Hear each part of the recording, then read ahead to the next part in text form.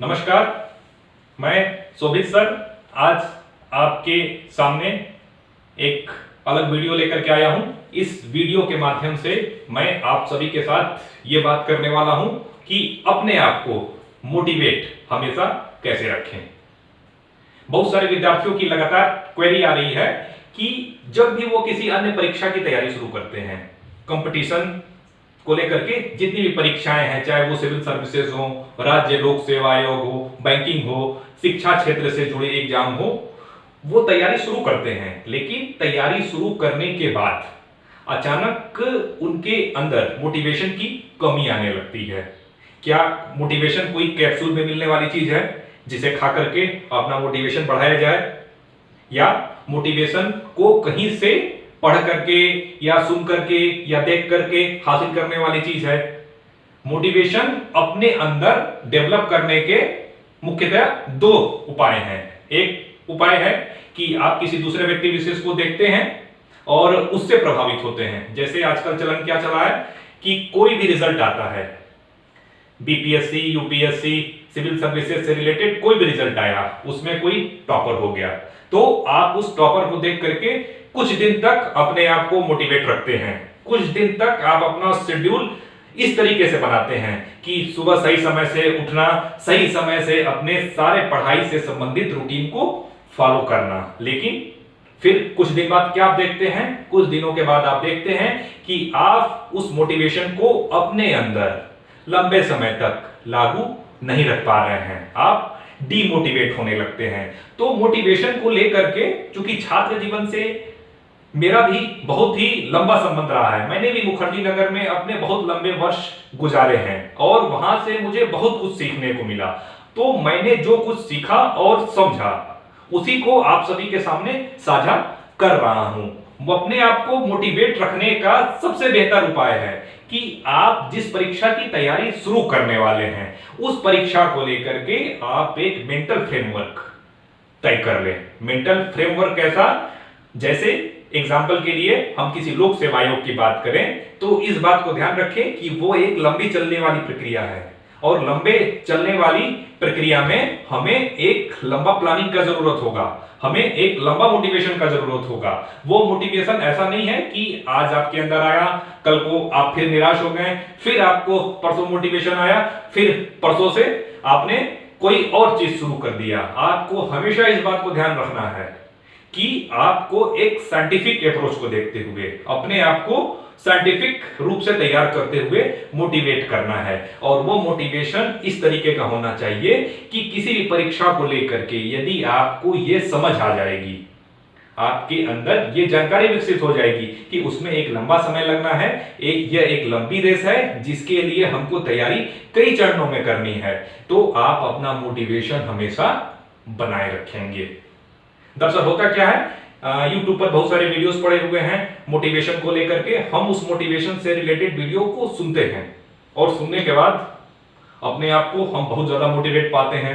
और कई बार तो हमें ऐसा लगता है, जब मैं खुद छात्र जीवन में था, उस मोटिवेशनल वीडियो के बाद हमें ऐसा लगता है कि हमारे जीवन में बहुत बड़े परिवर्तन आ गए। लेकिन कुछ घंटों के बाद, कुछ दिनों के बाद हम क्या देखते हैं कि वो मोटिवेशन गायब होने लगता है। क्यों गायब होने लगता है? जब तक वो वीडियो हमने देखा, जब तक उस वीडियो का असर हमारे दिलो दिमाग पर रहा, तब तक हम अपने आप को मोटिवेट पाते हैं।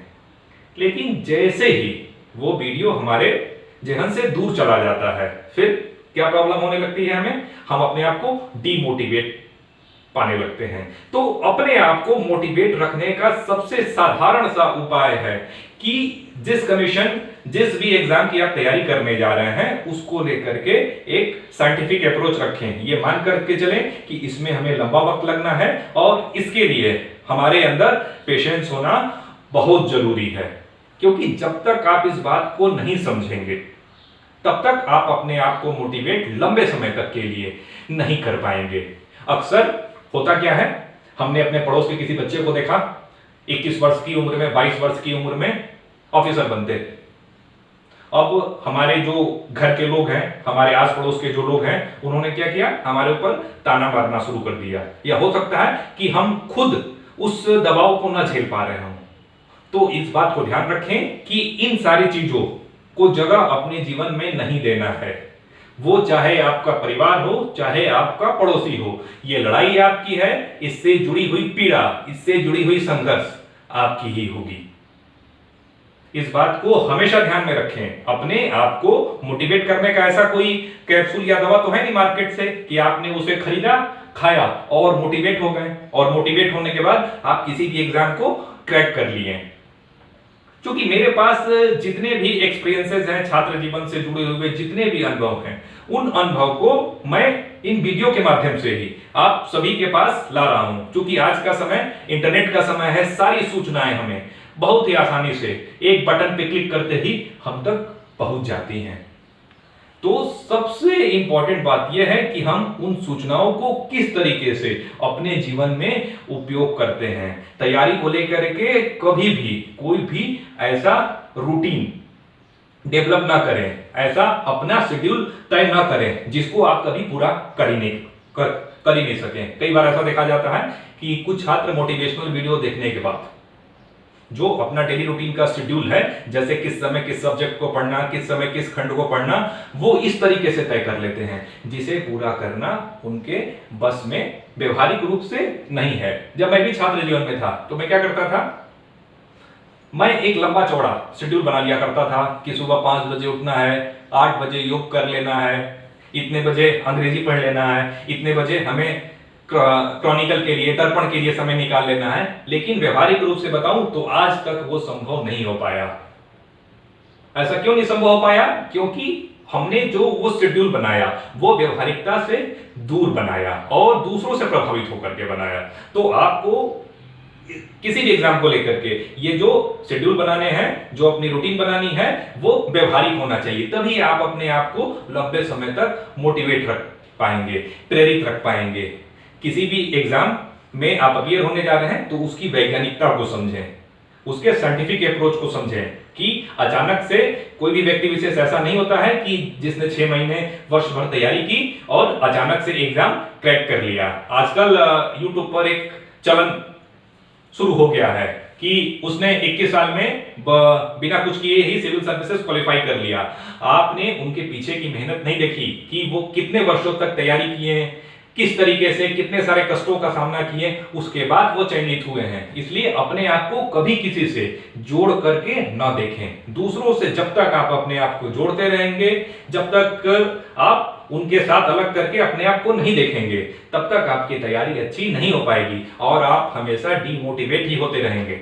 और डीमोटिवेट होते रहेंगे तो आज खुश हैं, एक हफ्ते तक आपकी पढ़ाई अच्छी चलेगी, फिर आप 10 दिन बाद क्या देखेंगे, 10 दिन के बाद देखेंगे कि आपकी पढ़ाई फिर नीचे चली गई है और आप अपने आप को डिमोटिवेट पाएंगे। मोटिवेट करने का आपको सबसे अच्छा उपाय वो आपके खुद के अंदर है। आप अपने अंदर इतनी समझ भर दें, आप अपने अंदर उस बात को लेकर के इतनी जागरूकता भर दें कि मोटिवेशन कोई बाहर से मिलने वाली चीज नहीं है, और जो बाहर से मिलने वाली मोटिवेशन है वो लंबे समय तक आपके अंदर नहीं टिक सकती।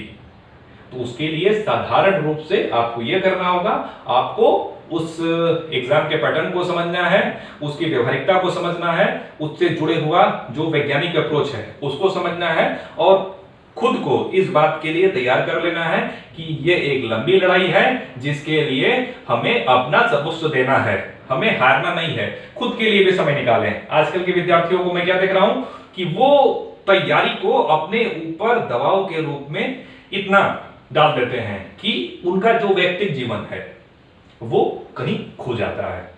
और जब व्यक्तिगत जीवन खो जाएगा तो हम एक सामान्य से इंसान हैं, कितना दबाव झेलेंगे, और उस दबाव को हम झेल नहीं पाते हैं। और अक्सर जब हमारा रिजल्ट 1-2 वर्ष नहीं होता है तो हम क्या करते हैं, डिप्रेशन जैसी स्थिति उत्पन्न हो जाती है, अपने आप को हमेशा डिमोटिवेट पाएंगे। तो इसलिए इस बात को ध्यान रखें।